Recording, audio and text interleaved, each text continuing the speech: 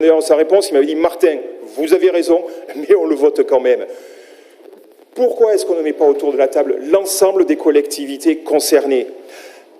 Au moment où nous faisons des réformes territoriales qui donnent la métropole, une réforme territoriale qui donne une grande région, comment ça se fait qu'on ne peut pas être capable de mettre autour d'une table la ville de Montpellier, de Nîmes, de Béziers, de Perpignan, de Carcassonne, les métropoles ou les agglomérations qui correspondent, les départements qui correspondent, la région qui correspond, pour dire cessons de répondre à ce chantage de Ryanair.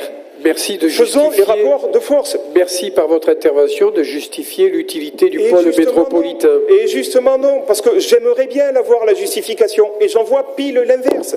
Parce que ce qui justifie ces réformes territoriales les unes après les autres, c'est justement systématiquement l'argument de la coopération. Voilà bien un dossier sur lequel on devrait voir cette coopération. Et on ne la voit pas. On ne la voit pas. Donc, tant qu'on ne mettra pas ça autour de la table, tous ces acteurs-là autour de la table, je pense qu'effectivement, on se mettra systématiquement dans la situation de céder au chantage de Ryanair. Voilà pourquoi, encore une fois, je voterai contre cette affaire-là. Et donc, au passage, excusez-moi, parce que comme j'ai dit au début, que ça ne soit pas oublié, de savoir si ça a été notifié à la Commission européenne, comme normalement ça doit l'être, puisque la Cour régionale des comptes l'avait notifié dans son rapport de 2013 concernant la région, que ce type de subvention va être notifié à l'Europe. Est-ce que ça a été fait ou pas? Madame Marion vous répondra à la fin. Merci, Monsieur Martin. Madame Jabet.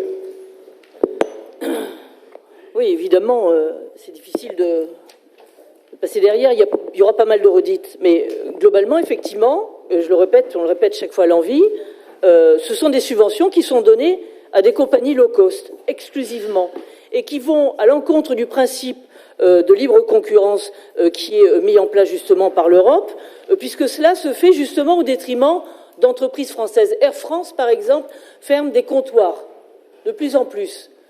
Parce qu'il n'y a pas, ils n'arrivent pas à sortir de rentabilité parce que l'État français n'a pas le droit de les aider.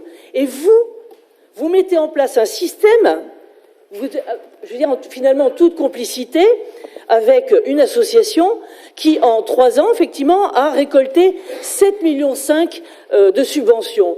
Et par le biais d'Airport Marketing Service, qui est une filiale de Ryanair. Moi, je ne comprends pas que vous admettiez ça. Il y a d'autres sujets qui ont été relevés aussi par Anticor. Ce sont des entreprises, d'ailleurs, Ryanair qui a son siège avec sa filiale dans l'île de Man, donc qui ne paient pas d'impôts en France, qui emploient du personnel qui travaille dans des conditions abominables, qui ne paient pas leurs charges en France, qui ne sont pas défendus par le Code du travail français. Il y a aussi le principe de savoir si l'une et l'autre payent des impôts en France. Ça n'est pas le cas. Il y a une non-publication des comptes de cette association, effectivement, qui n'a pas été produite depuis 2010, et Ryanair capte 80% de ces subventions. Ceci dit, moi j'ai été effectivement, comme tout le monde, j'ai été sur le site, c'est génial, il y a 5 pages, même moi j'arrive à le faire.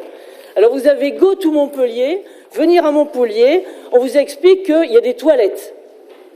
Vous avez bougé à Montpellier, Go to Montpellier, on vous explique que pour suivre des activités aquatiques en Languedoc-Roussillon, il faut faire aerotourisme.com, activités loisirs. Si vous voulez trouver un hébergement et un hôtel, il faut cliquer sur aerotourisme.com /hébergement. Un camping, vous cliquez sur aerotourisme.com /hébergement camping. Un gîte, vous cliquez sur aero.com hébergement, meublé et gîte, etc. Vous avez des formalités. On vous apprend aussi sur une page que si vous voyagez, il vous faut une carte d'identité. C'est quand même important. Et si vraiment vous avez un doute, vous appuyez sur Montpellier Aéroport. Si vous voulez des vols, vous allez sur Montpellier Aéroport. Si vous voulez vous déplacer, vous appuyez sur Montpellier Aéroport, etc. Il n'y a pas 1 000 € de mise en place de ce site. Il y a 7,5 millions qui sont balancés sur une entreprise qui est délocalisée, qui ne paie pas ses impôts, qui ne traite pas bien ses salariés, et tout cela avec de l'argent public et qui est en train aussi de condamner nos entreprises françaises, et je pense à Air France. Alors moi je suis désolée, les subventions, c'est pas automatique. Je suis désolé parce que vous posez la question de savoir si c'est politique ou pas. Moi, vous parliez, fut un temps, de la politique autrement. Je vois pas le changement. Vous dites, est-ce que c'est légal ou pas? Je veux dire, dans le doute, on s'abstient. Hein. Et dernier principe dont vous oubliez de parler, si on parle plus de politique, si on parle plus de légalité, etc., il y a un principe essentiel qui s'appelle la morale. Et je trouve que cette subvention n'est pas morale, le principe n'est pas moral, que plutôt que ça nous ferions plutôt que, je reviens, les multinationales, etc., ça vous aimez. Non, mais je veux bien que vous fassiez de la politique, mais arrêtez avec la morale. Ah ben si, non mais vous en Parce que Dieu donné, c'est pas la morale. Pardon? Dieu donné, c'est pas la morale. Mais ça, on en parlera tout à l'heure. Hein? J'en ai jamais parlé une seule fois en séance publique. On va en parler. Mais si vous voulez que je fasse un descriptif de la soirée, oui, à laquelle M. Boumaz, votre colistier, a participé, c'est quand même mieux quand il est là. Avec les signes d'Asie présents. Bien sûr. D'ailleurs, beaucoup de journalistes n'ont rien dit. Bien sûr.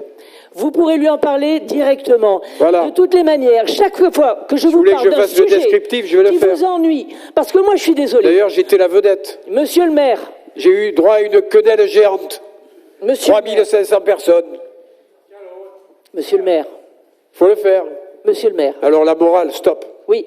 La politique, faites de la politique, mais pas de la morale, s'il vous plaît. Ah non, mais tout ça n'est pas,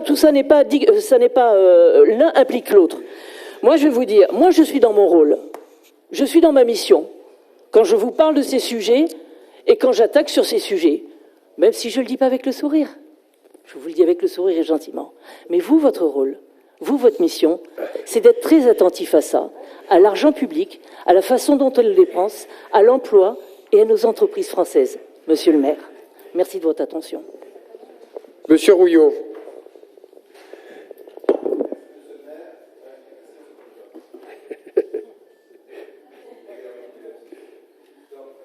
Je ne suis pas candidat à Castelnau.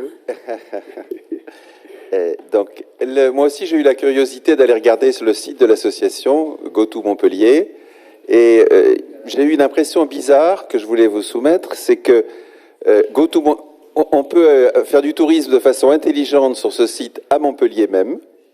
On peut en faire dans la région, mais avec des propositions qui sont toutes extérieures à la métropole.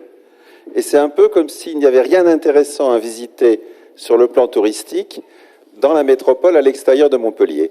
Donc je pense que ce site là-dessus est très mal fait. Enfin, je ne ferai pas la liste. On l'a tous en tête, du château de Castries, de la basilique de Maglone, des Bordulaises et du centre de Castelnau, du site de Murviel et Montpellier, de la Tara, etc. Donc je pense qu'il faut là-dessus pouvoir dire à cette association que le travail n'est pas bien fait concernant la métropole de Montpellier.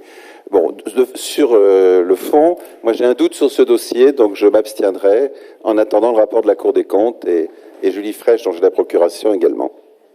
Merci, Monsieur Rouillot. Monsieur Cour. Parlez dans le micro, Monsieur Cour.